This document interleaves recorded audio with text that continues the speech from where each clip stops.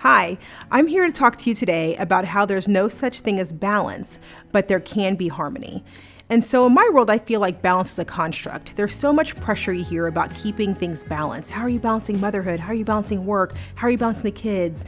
And balance is a construct. What I want to talk today about is harmony. Harmony is keeping all things in flow, not balance, but flow. So are your kids healthy? Are you healthy? Are you feeling good? Is everything good at work? And then there's a harmony. Now one may be up, one may be down, but it's still all flowing. And so, we as moms, things get overwhelming sometimes. We cry, we get upset, we are excited about something, or we're overwhelmed by something. But what do? We get on with it. That's what we have to do. We wipe away our tears. We wipe away our kids' tears. We hunker up. We take deep breaths. We take a moment for ourselves. We do what we have to do. But at the end of the day, we don't have a choice, right? We have to get on with it. And that's what we're going to do. And that's how you can achieve harmony in your life. So I want to talk about a couple things that I do to achieve harmony and that really helps me out. The first one is I pray. I think that is the basics of everything. I have to remember that there's a higher power than me out there that knows what's going to happen in my life and that has a plan for me and has a plan for my kids.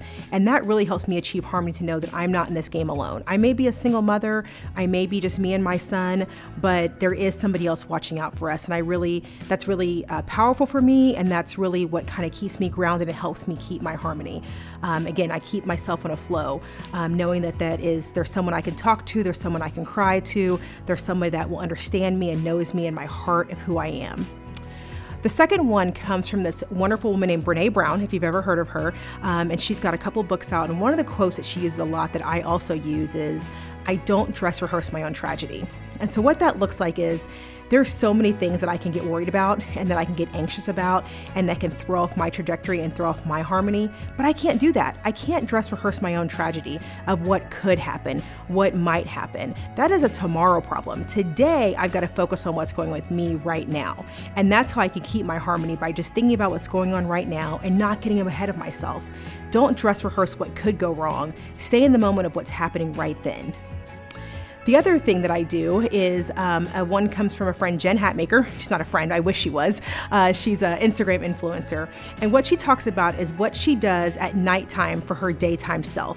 So what choices can you make at night before you go to bed so that your daytime self is like, yes, I'm so glad I did that. Some of the things that I do is I prep meals the night before. I get everything set in my fridge the night before. I put things in my car the night before. And the next morning I wake up and it's like, hey, that's awesome. I'm so glad I thought to do that ahead of time. Laying out the clothes for your kids, whatever it is that will help you, that when you wake up in the morning, it's one less thing you have to do. We all know how it is when the kids go to bed at night, they go to sleep, and you've got so much time, just this much time for yourself to get things done. And you might think, I just want to collapse on the couch and watch TV. And you absolutely can, and you should. That definitely keeps harmony with you. But there's other little things that you can do that would be really helpful, and your morning self will thank you.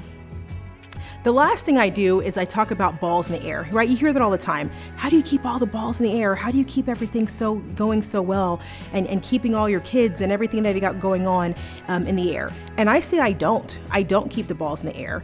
I know what balls are in the air, and that's what's most important. And I know where all the balls are in my life. So, if there's homework things, or there's events coming up at the school, or if there's a big work project, all right, that ball's up there. I got to keep those all kind of on the same level.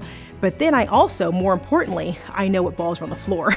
And I know what I'm not going to keep in the air and what's just going to stay on the floor for right now. For me, one of those things is laundry. Laundry stays on the floor. I just don't have time. I don't have time to deal with that. That does not keep me harmonious in my life. And so I just know that's going to build up. And then on Sunday, I'll just take care of that then. So, so you're going to hear a lot of things. People are going to ask you, how do you keep balance? How do you keep balance? And the answer is, you don't, but you keep harmony. And that's what's most important.